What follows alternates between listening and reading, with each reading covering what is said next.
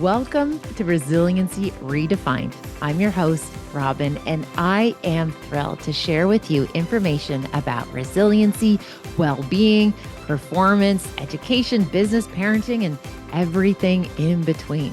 I'm committed to joining you each week to talk about these big ideas and bring them into action, habits, tools, strategies, tactics that allow us to finally uncover what it takes to truly be well. And I'm just so excited that you're here.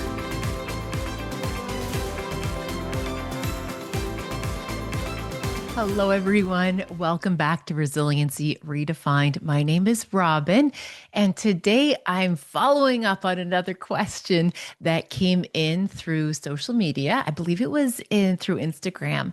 And the person asked me, okay, Robyne, I heard you say on an earlier podcast, this is how you improve your self-esteem, but I need to know more. So on an earlier first of all, I got you. I will happily dive into this topic with you. And to make sure we're all on the same page for folks who maybe hadn't heard the earlier episode, I made reference to one of the best ways to improve your self-esteem is to be a person who does what they say they're going to do. The best way to improve your self-esteem is to be a person who says what they're going to do. And there's so many different reasons as to why that increases our self-esteem. It ties into self-trust, accountability, integrity, operating in a place that you're in alignment with your values. So there's lots of reasons why that improves your self-esteem. However, that is just scratching the surface about self-esteem. There's so many other ideas that I want to share. And to be able to answer this person's question, there are other things and considerations when it comes to self-esteem that I thought would be helpful to be able to share on this episode, which is why this whole episode, we are going to spend time talking about what self-esteem actually is and just some examples on things that we can do to strengthen our belief and our confidence in ourselves and ultimately our sense of self-worth. So thank you for asking the question. Again, if you ever have any questions, curiosities, wonderments, please feel free to reach out. Do not be shy. I love answering your questions. I love hearing from you. I spend the time going through the comments to be able to find those questions. And again, it will not be time wasted if you take that minute to ask what's on your mind, because I'm sure the question that you have, probably other people have as well. So why don't you be the person who speaks up? So what I want to highlight today with self-esteem is that often that word is interchanged with self-worth or this idea about our efficacy. So self-esteem, self-worth, self-efficacy, all of it ties into our belief in our ability to do what we say we're going to do, how we see ourselves, how we position ourselves, or our confidence of who we are, what we're all about, and what matters most to us. It's this, I said this piece about our identity as well. Now, for us to be able to understand the impact about self-esteem, I think it's so helpful to recognize that before the 1980s, for all intents and purposes, people's self-esteem was relatively intact because it was very much built on what we call this idea that Dr. Gabor Mate introduces that was genuine self-esteem. Genuine, which means it's steadfast, it is consistent, it doesn't fluctuate. It's this belief based on our lived experience that we are solid, that we are a good person, that we're values and we are aligned and it is good. But interesting, okay, so what happened in the 80s where all of a sudden people started to identify that they had a self-esteem problem? Well, a lot of it started out of this idea about our self-esteem very much being externally driven.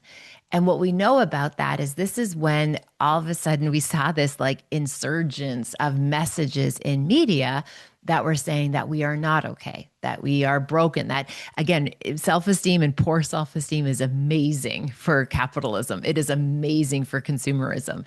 Basically say, oh, you have a problem and we have the solution. And what we saw is that there was an increase in targeted ads, especially at women, that started to paint this false narrative that we were broken or we needed this thing to then be worthy, to be valuable, to be respected in society. Now, it hasn't gone away. So, yes, there's so much more around digital literacy and understanding the impact of messaging on people. We know that people see thousands and thousands of ads per day. So, what is the difference now? Well, I think now what's happened is that companies have just gotten a wee bit more sophisticated. Like before, like if you take, for example, old Special K ads, before they would literally have slogans like, "Can you pinch an inch?" Can you pinch an inch? Because if you can't pinch an inch, then you have a problem and you need to be eating Special K 3 times a day. So they were very, very explicit, right? Can you pinch an inch was actually a slogan. However, now what happens is they've gotten a little bit more covert, let's say. So for example, let's just take the company Dove, right? Dove is like beautiful at every size. We want you to feel good in your skin, good in your body. We're going to make you feel good in your skin, good in your body. Women should be embracing all of themselves, right? And everything comes across as this really pro women, pro body awareness, positive, all the things. Now, let's take in comparison something like Axe, which basically, like, women are often objectified in Axe campaigns. Men are talked about as gods. They use language like Spartans and warrior. Like, they have this crazy language of just this greatness, this masculine energy. Now, what's fascinating is Dove and Axe are owned by the same company. They are under the same company of Unilever. Like, it's the same company. So one message is telling women, be so content in what your body looks like. And men are being told women should be objectified and women should look a particular way. So what happens is that I think a lot of kind of marketers and this kind of idea is that we get sent lots of these really difficult mixed messages where it's hard to make sense of it. And that is literally like, we aren't even scratching the surface. We're like tapping on the surface, barely. We're even just like hovering about it. There's so many other things that we could talk about. But how all this relates to self-esteem is that when all of a sudden external pieces of information started to get brought into us kind of understanding our value and our worth, what happened is that this idea that where self-esteem is very much an inside job, it became this outside job. We became very susceptible to external voices, external measures of whether or not we are worthy, whether or not we are capable or we are competent. It became an outside messaging piece. So our genuine self-esteem became what Dr. Gabor Mate writes about as this idea of contingent self-esteem. This, I have to earn my worth. I have to follow this outside messaging to feel like I'm good enough, that I'm valued, that, gosh, even that I'm lovable, that I have to follow this external versus the belief that you are here, which means that by very definition that you are genuinely valuable, that you are worthy simply because you exist, that genuine self-esteem, that you are a creation, that you are perfectly, uniquely made and you matter. That's just genuine. It's just something that you know in your bones versus this contingent self-esteem, which is external. Now, we use these different strategies in our culture. You might not even be aware of it about when we think about the external measuring stick, even in simple everyday conversation. When you meet somebody, one of the first questions we ask in Western culture is, what do you do for a living? How do you make a livelihood? And we actually make a very quick decision based on what they do for a livelihood about how much level of respect we are going to show them. And again, this isn't about shaming us or judging us. It's just something that we do. It's some of these mental shortcuts that we take to identify whether or not this is somebody who is worthy of respect. We also make lots of shortcuts very quickly about whether or not this person is a threat, right? We are operating on this system of just trying to figure out, where do we fit in this society? Where do we fit in this conversation? Where do we fit in this interaction? So we make very quick judgments. But just think about it. Next time you hear somebody say, oh, what do you do for a living? Or how do you make a livelihood? Notice that we have a narrative that usually goes through it. You know, recently somebody asked me, it was so peculiar. I was on a flight and somebody said, oh, so, are you a stay-at-home wife? And I just had this moment. I was just like, I'm not, but I'm just really curious why you think I am. And we had this kind of conversation, and again, so much judgment we make very quickly when we see people. Anyway, I came home and I was talking to the family about it. And I'm like, yeah, it was kind of funny. I was on this flight, and somebody asked me if I was a stay-at-home wife. Which again, there's no judgment. It just again fascinating that people have these assessments of other people. And it was so funny though. In that moment, Hunter's like, man, I wish I could be a stay-at-home son. I'm like, tell me everything, Hunter. He's like a stay-at-home son. Like, I just want to like stay at home and have all my needs met. And I'm like, dude, you are a stay-at-home son when you are not at school. But even when you're at school, you are still well looked after. Okay, I digress. Back on the train of understanding genuine versus understanding contingent self-esteem. So, to be able to move us from a place where we are fostering and cultivating and leaning deeper into the genuine self esteem, we have to first notice when we have built systems where our self esteem is contingent upon. Okay, so we want to be honest with ourselves and practice a wee bit of that self awareness about recognizing the systems that we have created. Now, I'll give you an example. This is one of my oldie but a goodie shares. And I think I wrote about this actually in Calm Within the Storm.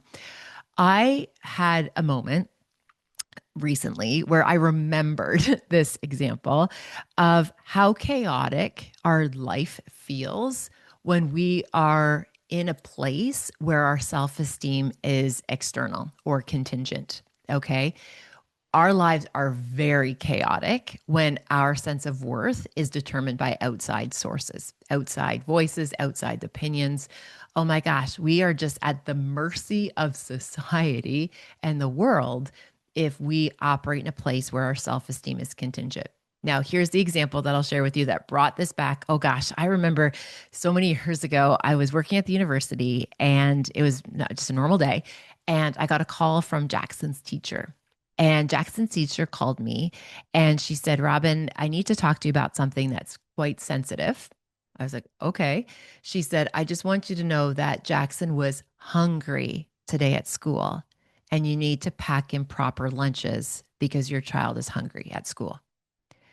Now, I don't know about you, but hearing a teacher tell me that my child was hungry at school was like running into a picnic table off the shin, right? Like it literally was like a 2x4 to the face where all of a sudden the story I was telling myself, oh my gosh, I, in that moment, just remember feeling like the worst. I remember feeling that I was this professional parent who thought I had all my ducks in a row, but really my ducks were starving. And I was, oh my gosh, if you just imagine for a moment that you are entrusted with the care of this child, right? Here's my third born. I am entrusted with Jackson's care and I'm not doing the basics. My kid's hungry.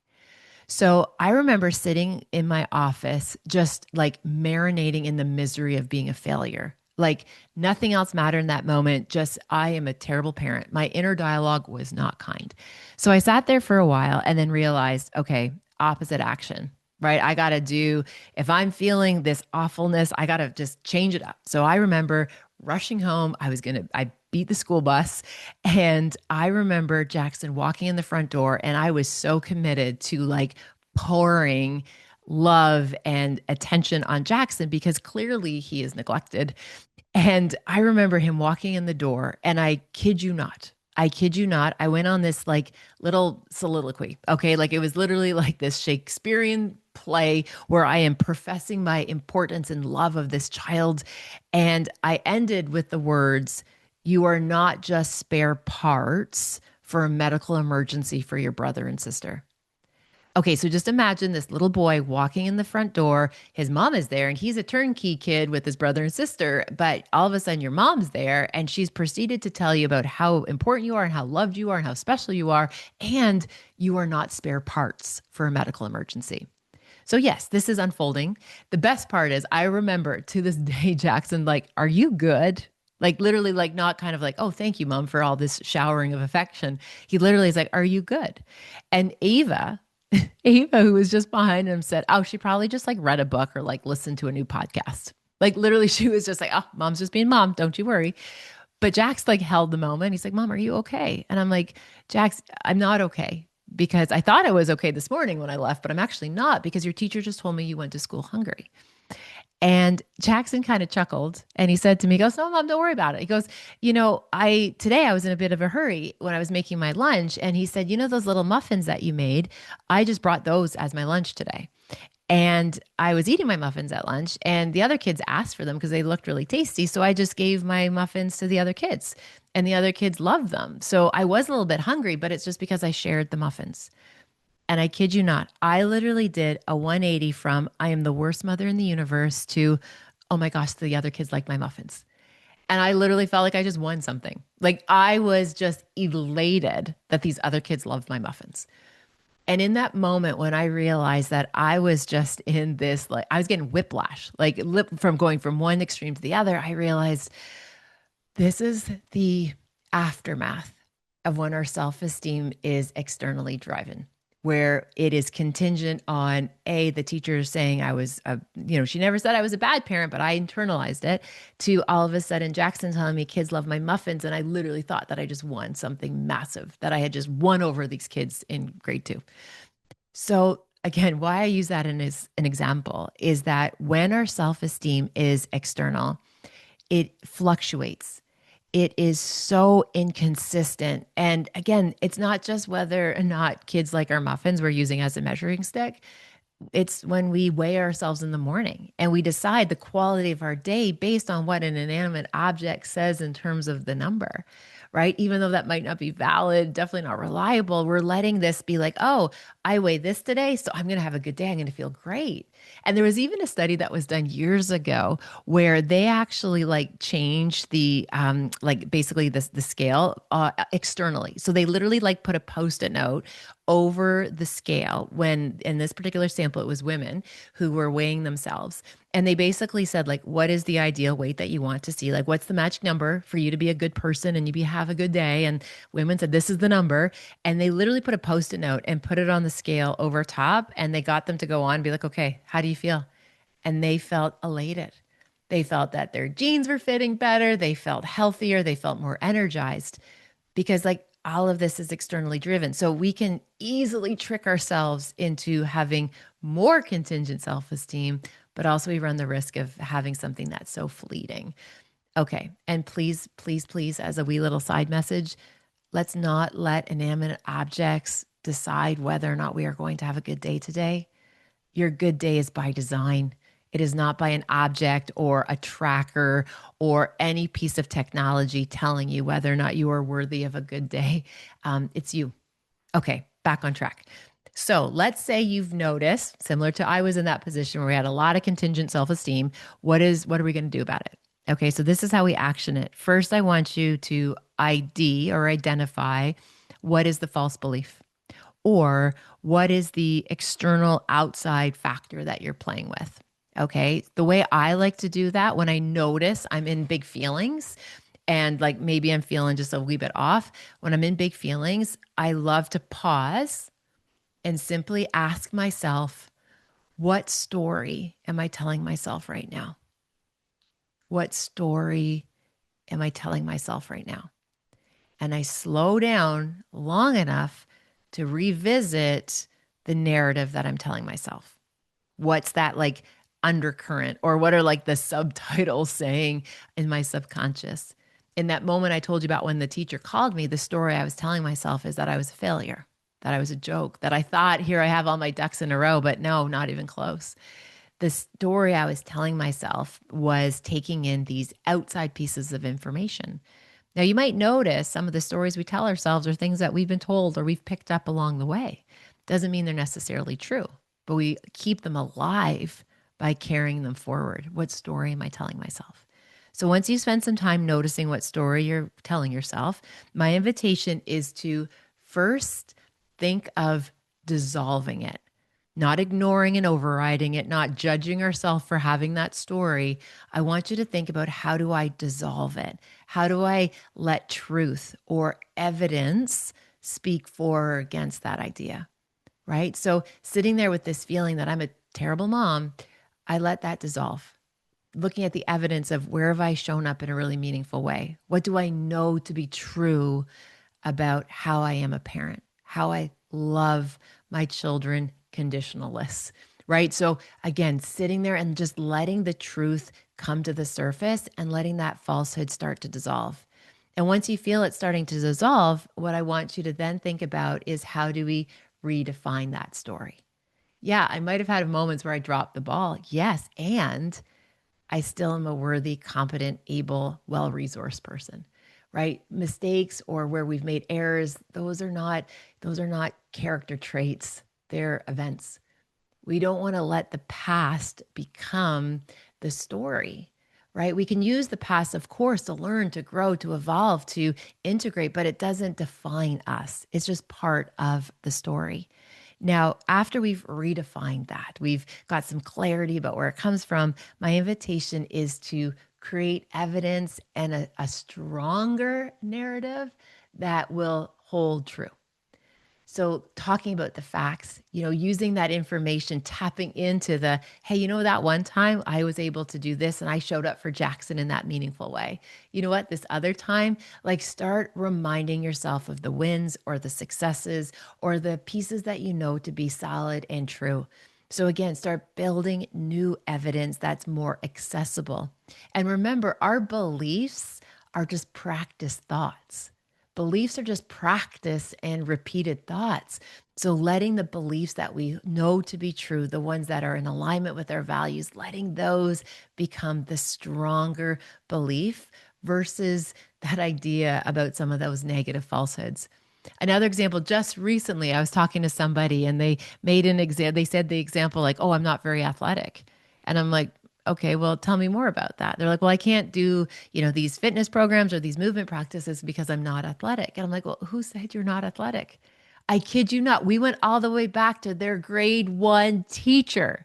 Their grade one teacher told them that they were not athletic, and they have carried that belief and reinforced it themselves all the way into adulthood.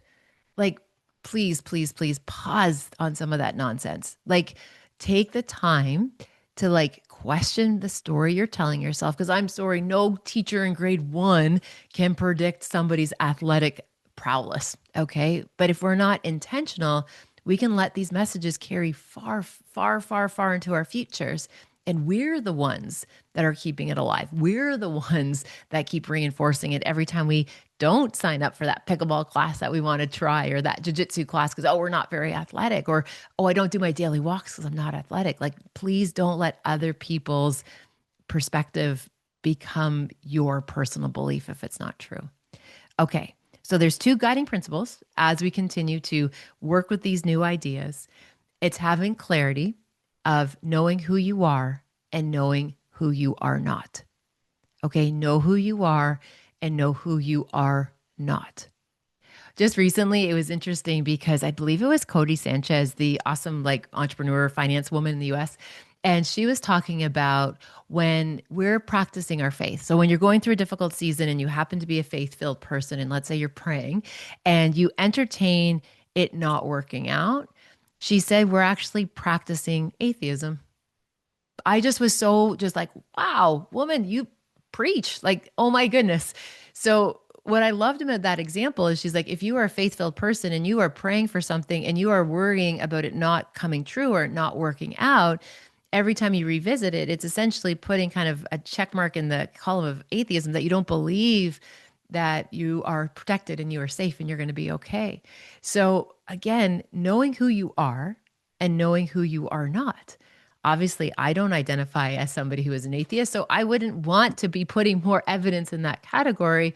I'm going to lean into my faith. I'm going to lean into trusting that all would be well. Okay, so knowing who we are and knowing who we are not, and being sure that we are choosing our thoughts, our behaviors, our actions, and showing up in the way that we believe we are, who we are designed to be. And the other piece is embracing the dual truths. Okay, so embracing the dual truths, which means there will be times where, yes, I'm somebody who is faith-filled and I still have a propensity of worrying because of my lived experience, right? If, sometimes I get myself in a season where I get nervous that the other shoe is going to drop, or if it's not one thing, it's the other.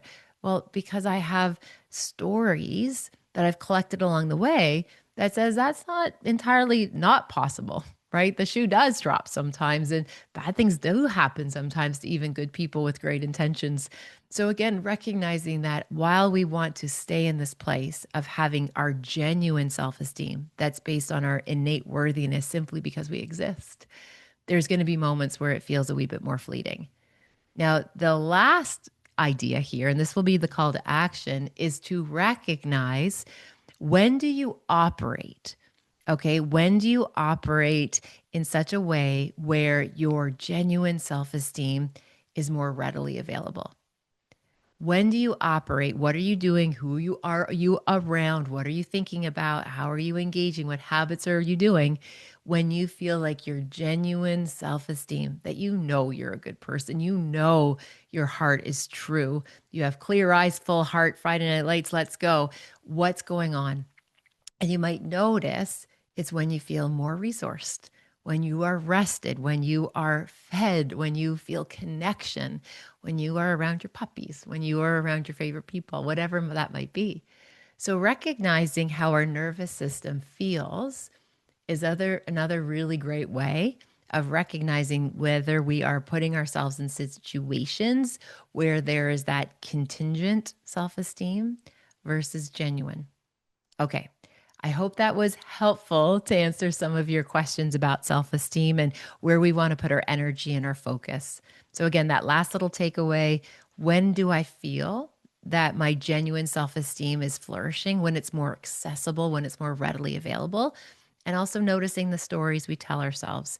Because I want the story you tell yourself, yeah, it could have some, it could be pretty colorful at times, and maybe there's a few losses. Maybe you kind of lost a few short games, but I wholeheartedly believe if you're somebody who is showing up, listening to information around personal development and excellence and well-being, is the fact you're doing the good work. You're already probably a lot farther ahead than you thought you were, and you're probably definitely somebody who's handling things better today than you would have a week ago. So to each and every one of you, thank you for showing up. Thank you for listening. Please keep asking me your questions. I'm here to help. And I look forward to our next episode. Try that again. I look forward to our next episode when we can connect and redefine, explore some other ideas. So again, thanks for listening. Take good care. See you next time. Thank you for spending time with this podcast episode today. I hope you found something helpful in Resiliency Redefined. Please feel free to share it with somebody who you might think could benefit. Maybe there was something useful, something in particular that you think you could pay forward. Also, if you have a moment, please feel free to rate and review this podcast wherever you like to listen to your podcast. It means the world to me. And again, thanks for your time. Thank you for your interest. Take good care, and I'll see you next time.